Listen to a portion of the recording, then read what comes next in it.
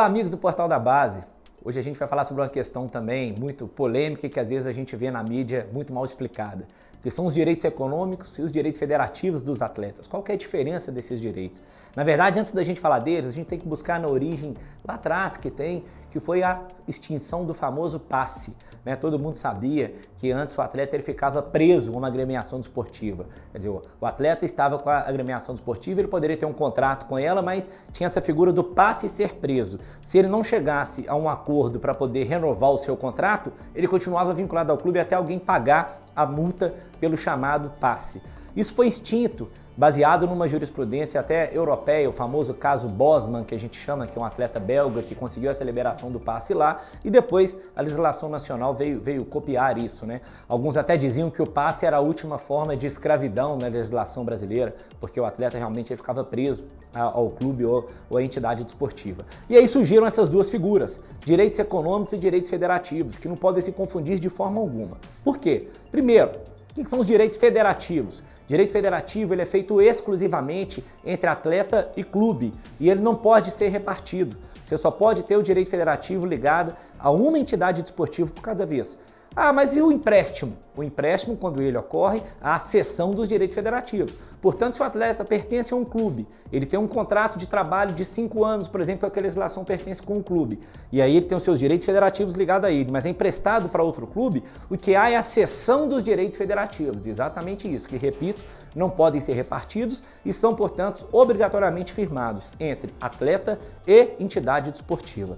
Já os direitos econômicos, esses sim são os famosos que podem ser repartidos e atualmente só repartidos também entre entidades desportivas. Por quê? Porque a gente sabe que recentemente a FIFA proibiu a famosa participação dos terceiros, A gente chama na linguagem do futebol de TPO, TPO, a participação desses terceiros empresários dentro desses direitos econômicos de atleta. Então hoje o direito econômico pode ser repartido desde que seja entre clubes. E o que é o direito econômico? Ele é exatamente uma expectativa de recebimento pela multa contratual que vai existir no contrato de trabalho do atleta.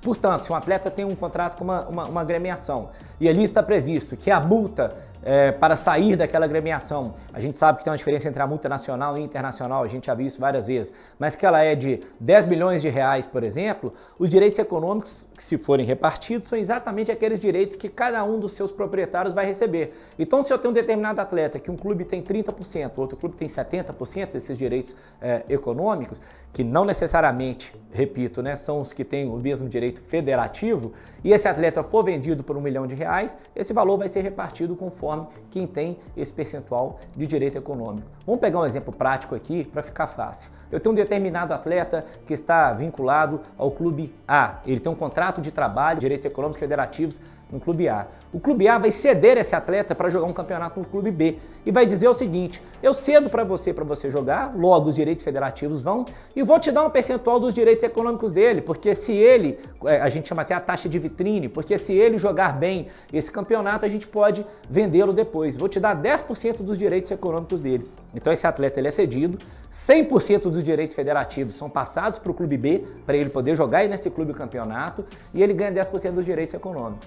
Ele volta para o clube A e é vendido logo depois. O que acontece? Os direitos federativos voltaram para o clube A integralmente, mas os direitos econômicos decorrentes dessa venda vão ser repartidos. 90% para o clube A, 10% para o clube B, que recebeu aqueles direitos econômicos como a chamada taxa de vitrine. Portanto, essas duas figuras não se misturam de forma alguma. Repetindo então, o direito federativo sempre entre atleta e clube e jamais pode ser repartido. Direito econômico, por outro lado, hoje também tem que ser sempre entre atleta e clube, é proibida a participação do empresário, mas ele pode sim ser repartido porque ele é exatamente essa expectativa de recebimento futura que pode se ter com eventual transação do atleta. E o que isso tem a ver com a lei do passe? O que tem a ver com a lei do passe, como a gente disse, é porque isso acabou. Então hoje, se um atleta tem um contrato de 5 anos com um clube, esse contrato simplesmente expira-se também os direitos econômicos. Ele vai sair sem ter que pagar nada para ninguém. Não existe mais aquela questão dele estar preso ao clube.